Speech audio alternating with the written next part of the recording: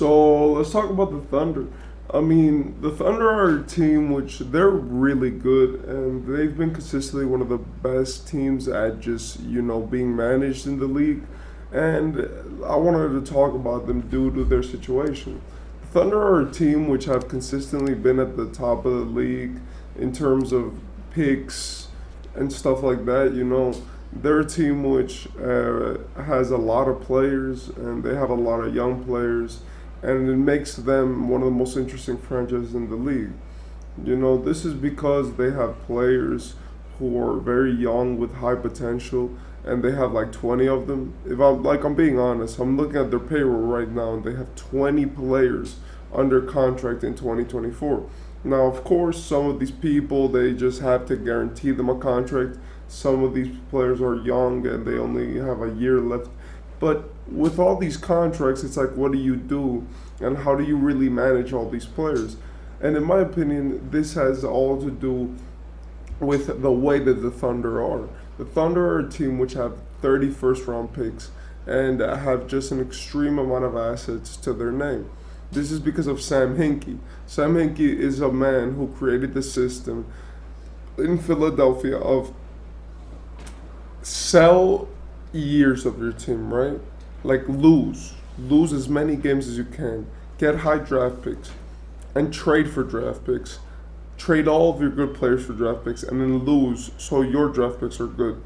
And he did the system, and then Sam Presti, which is another GM, managed to take his system and reinvent it in a way where it could work for longer periods of time. Instead of it being a 2 or 3 year system where you get a superstar, then you're good now. No, Sam Presti found a way to make it so that even when you have a superstar, you could still be getting assets. And this caused the league to go in shambles, as now the OKC Thunder have so many picks, and you can't really stop them because they still have a lot of players.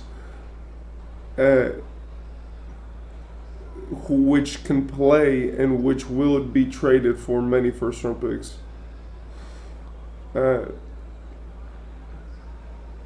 So this has caused basically the OKC Thunder to have like a monopoly on first round picks, and it's really made the league have to rethink what does this mean, because look, they have a lot of salary. But let's face it, they could, if they wanted to tomorrow, they could probably trade for Luka and Giannis. Like, let's say hypothetically, Luka and Giannis both forced a trade and they wanted to play together. They have enough assets to trade for both of those dudes. It would be the most massive haul. They have Shea, they have Dort, they have Bertans, they have contracts, they have Chet Holmgren, and they have so many players, so many good assets that it's really like too good to be true. And it causes the OKC Thunder to be one of these teams where it's like, what are you going to do? And this is the big question, because it's like you can't keep drafting players because you're not going to give them play time. They're not going to get a fair chance in the NBA, and they're not going to want to be on your team even as good as you make them feel. Because let's face it, I'm sorry, but you can't run 20 players in a lineup. Not every one of the 20 players is going to play. And when you have guys fighting for minutes, it's going to make your locker room way too competitive, especially when you have vets in there, which are probably going to get less minutes than the young guys like Davis Bertans and Victor Oladipo, which they have under contract, right? So in my opinion, I just think that the players and the teams have something to figure out with the OKC Thunder. I feel like that they should trade some of these young guys, because let's face it, they don't really need all of them. And it would help them be able to get more players in and maybe get a good asset, right? Like, imagine if you get like a decent center for Shea or a decent forward. And I know a lot of people are thinking about, oh, what about Jalen Williams? What about Chet Holmgren? But it's like, there gets to a point where when you have so many young stars, you're going to need good vets. And that's something that this team doesn't have. The closest thing they have to vets are Kenrich Williams, right, which has been in the league for 4 years now. He came in as a 24-year-old, right? Davis Bertans and Victor Oladipo. Victor Oladipo's a good vet, and Davis Bertans, I don't know if he is, but I know that that's not enough. And so what I would say is that honestly, when it comes to the Thunder, they are really set for a championship in the future. Because with all these assets, it would be very hard for them just to mess up that much. Like salary's the only thing that's gonna really bug them. But when you have that many players who you could draft, when you draft a player, it gives you much more leeway with salary because first that salary that you get, even if you're over the cap, you have to sign your rookies, and it also makes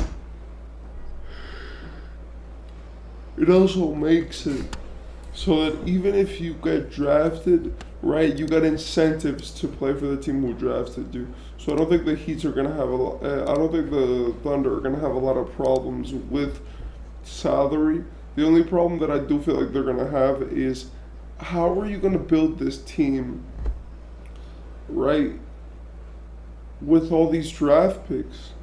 Like, I want you to realize the sheer amount of draft picks that this team has.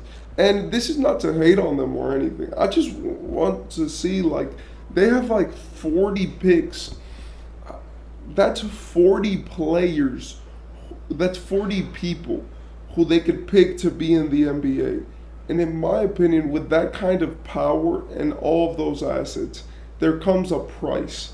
And that price is that you are really responsible for all of those things, right? Like next season, there's four team options, right? Which is basically where the team chooses if you're on the team or not. And I don't think that three of these guys, it's Josh Giddey, Aleska Pokusevski, Trey Mann, and Usman Garuba. I don't think Trey Mann, Usman Garuba, or Poku are making it. I think that they're going to decline because they have way too many players. And it becomes a thing of like when you are a team and you draft all these young players and they don't play to the level that you are expecting them to, is that more your fault for drafting them to a team where they're going to get no play time? Or is that their fault for not developing into their potential? Because a lot of these kids are going to be out of the league. They're probably going to be picked up by another team, but like they're going to be out of the league rotations. And it's because this OKC team just takes in so many young players. And it's like, really? That's what you want to do? In my opinion, with the OKC Thunder, they're going to win a championship. Eventually, sooner or later, they're going to win. And I believe that because it's way too many assets to not win. They could make any trade for any player in the NBA, untouchable or not. They could trade for the best super team ever, as long as they just disregarded salary. And it makes it so that the Thunder are a real team to see and be like, whoa, we really have to face that. Because even if they trade everything away, they have enough draft picks to trade it, to get it back, right? Like they could trade away all of their young players, and they're still gonna have picks. Now, are they gonna be great picks? No, but in my opinion, the Thunder are in an extremely good position. They're a team which has been smart with their picks. They're a team which has been extremely good at getting players and scouting them, and now they have the chance to do whatever they want with their picks. As how they decide to use them is their decision, but they could build the super team. They could keep drafting players until they build it through the draft, and they could honestly mess up the entire league and the system of the league by just trading away all those first round picks.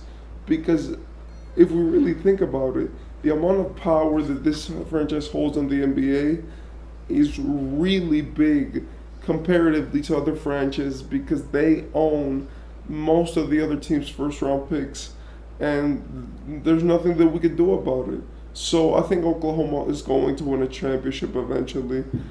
When is, I don't know, but in my opinion, that is why the OKC Thunder have been so good. Shout out to Sam Presti, shout out to Sam Hinkie for creating this system, and shout out to Shai-Gilgeous Alexander, a phenomenal player and had a phenomenal season last year, averaging 30 on almost 50, 40, 90.